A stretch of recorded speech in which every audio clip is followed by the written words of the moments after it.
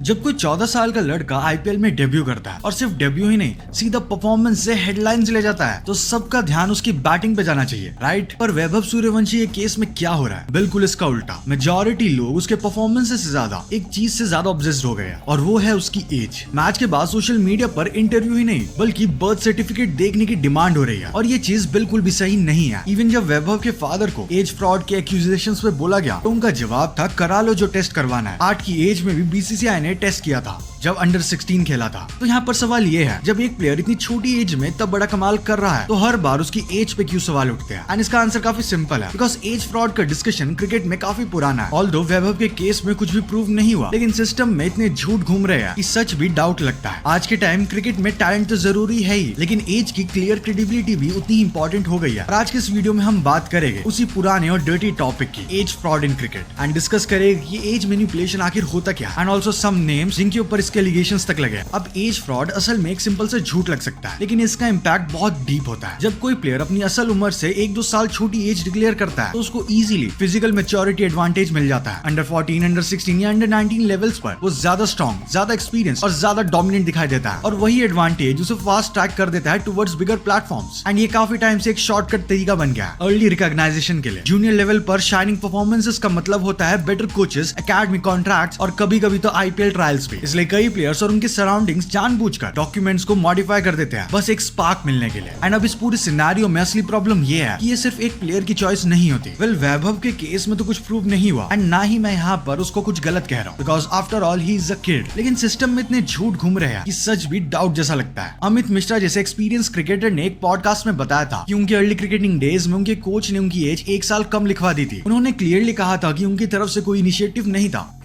बस तू 1 साल छोटा हो गया, तेरे पे 2 साल अब 19 की। एंड तब उनके अंदर इतनी समझ भी नहीं थी जिससे वो ये अंडरस्टैंड कर पाए कि इसका लॉन्ग टर्म इम्पैक्ट क्या हो सकता है। ये एक पर्टिकुलर इंसिडेंट एक चीज को दिखाता है। कई बार प्लेयर सिर्फ सिस्टम के प्रेशर और कोच की गाइडेंस में ये स्टेप्स ले लेते हैं बिना पूरे कॉन्सिक्वेंसेस को समझे। एंड इसका मतलब ये है कि एकेडमीज और कोचेस भी इस डर्टी सिस्टम का पार्ट बन चुके हैं जो शॉर्ट टर्म ग्लोरी के लिए लॉन्ग टर्म फेयरनेस को सेक्रीफाइस कर देते हैं। और जब ऐसे केसेस बार बार सामने आते हैं तो ये क्लियर हो जाता है कि एज फ्रॉड कोई इंडिविजुअल गलती नहीं होती बल्कि एक सिस्टमिक फेलियर है। कई प्राइवेट एकेडमीज खुद प्लेयर्स के डॉक्यूमेंट्स वीक करती है ताकि उनका सिलेक्शन रेट इंप्रेसिव लगे। सिलेक्शन के नाम पर बिजनेस चलता है और उसी बिजनेस में सच्चाई सेकंड प्रायोरिटी बन जाती है। लेकिन सिर्फ एकेडमीज नहीं, स्टेट एसोसिएशंस भी इस साइकिल का हिस्सा बन चुकी है। कई बार जब एज टेस्ट फेल होते हैं तो उसके ऊपर कोई एक्शन लेना तो छोड़िए, रिपोर्ट्स तक दबा दी जाती है। और जब हम बात करते हैं फेमस केसेस की तो ये लिस्ट काफी लंबी है। सबसे पहले रिसेंट और स्पॉटलाइट में वैभव सूर्यवंशी, जिन्होंने रणजी ट्रॉफी में 12 साल की उम्र में डेब्यू किया था, फिर आईपीएल में सेंचुरी और अंडर 19 ऑस्ट्रेलिया के अगेंस्ट 100 भी। इतने बड़े माइलस्टोन्स के बाद भी लोगों की परफॉर्मेंस से ज्यादा उनकी एज का प्रूफ मांग रहे हैं। एंड मेनली ये केस स्पॉटलाइट में जब आया जब 2023 के एक वीडियो में वैभव ने अपनी एज 14 इयर्स बताई जो कि उनकी 2025 की एज से मिसमैच कर दिया एंड यहीं से क्वेश्चंस रेज होने शुरू हो गए। बट सिंस वो एक अंडर 19 प्लेयर है then it's very obvious that BCCI has done enough verifications before making him play in under 19 team of India, which actually means यहाँ पर कोई भी एज का इशू नहीं है। एंड जो लोग ये कहते हैं कि वो अपनी एज से ज्यादा बड़ा लगता है, देन माय फ्रेंड्स अगर आप देखोगे तो वो एक ग्रोइंग एज में है, 14-15 आई गेस। एंड ऊपर से वो स्पोर्ट्समैन है एंड उसको अच्छी फैसिलिटी प्रोवाइड हो रही है तो उसकी डाइट काफी अच्छे वे में हो रही है। एंड यही एक मेन रीजन है जिस वजह से वो अच्छी फिजिक को डेवलप कर पा रहा है। So instead of trolling a young player for no reason we should actually appreciate his commendable efforts. IPL 2025 में लिटरली एक डायमंड की तरह निखरा है एंड आई होप वो इंडिया के लिए आके और भी परफॉर्म करे because he has a lot of potential in him. अब वैभव के बाद आते हैं मनजोत कालरा जो कि 2018 की अंडर 19 वर्ल्ड कप फाइनल के हीरो भी थे। उनका भी नाम एज फ्रॉड की कंट्रोवर्सी में आया था लेकिन बाद में उन्होंने क्लेरिफाई किया था कि उनको एज फ्रॉड नहीं डीडीसीए के मिसकंडक्ट के इशू पर एक्शन मिला था, जिसके बारे में उन्होंने अपने यूट्यूब चैनल पर वीडियो भी डाला था। और आज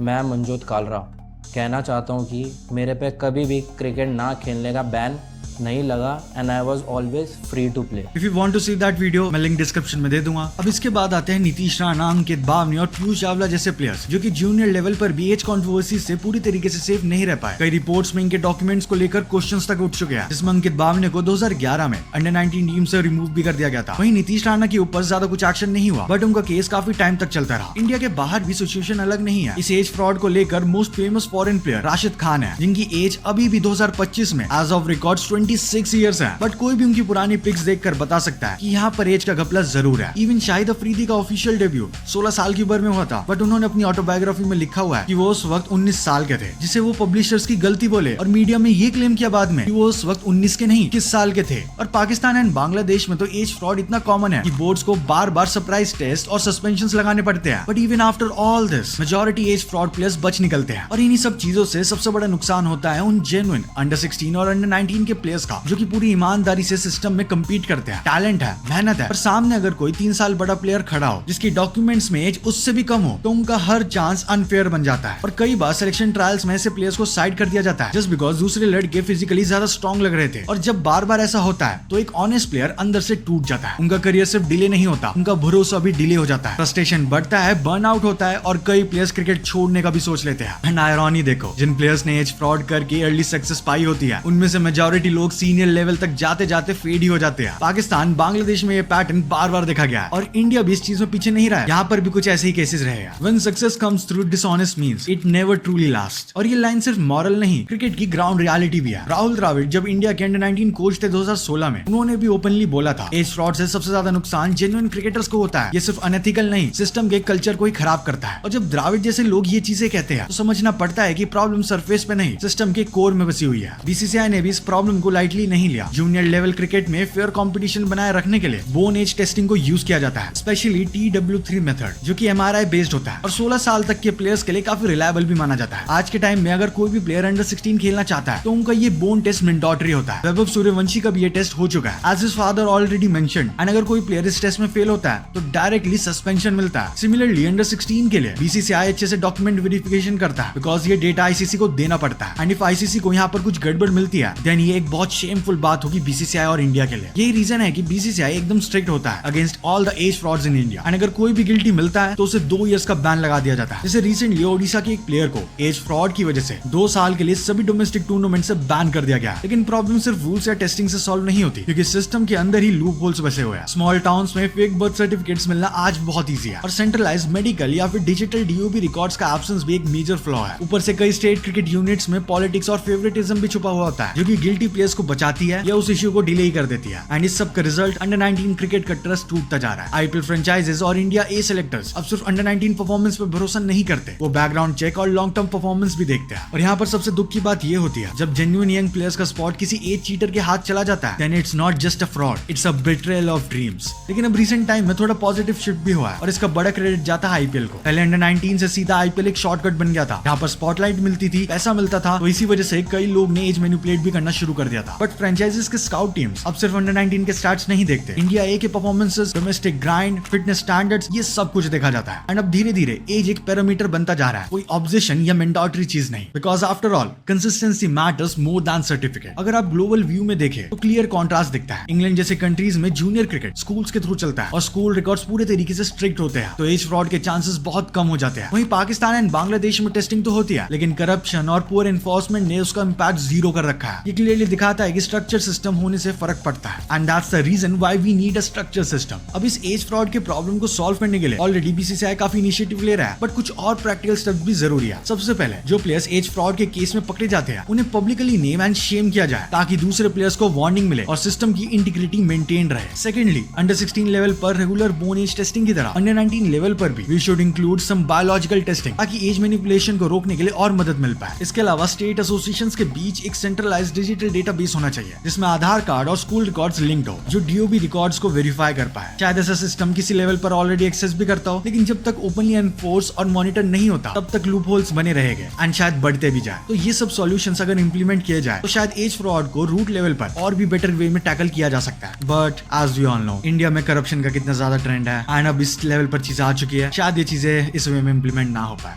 but still let's hope for the best. And and में मैं बस यही बात कहना चाहता हूँ, स्पेशली टू द पीपल जो एज फ्रॉड कर रहे हैं या फिर जो एज फ्रॉड को होता हुआ देख रहे हैं किसी भी स्पोर्ट में, दैट एज फ्रॉड शायद तुम्हें शॉर्ट टर्म सक्सेस जरूर दिला दे, लेकिन लॉन्ग टर्म में वही सक्सेस सबसे पहले क्रम्बल करती दिखती है। As it is said, good things take time, so अपना हार्ड वर्क और पैशन कभी भी कम मत होने दो एंड हमेशा फेयर प्ले पर ही फोकस करो। Well that's it for this video.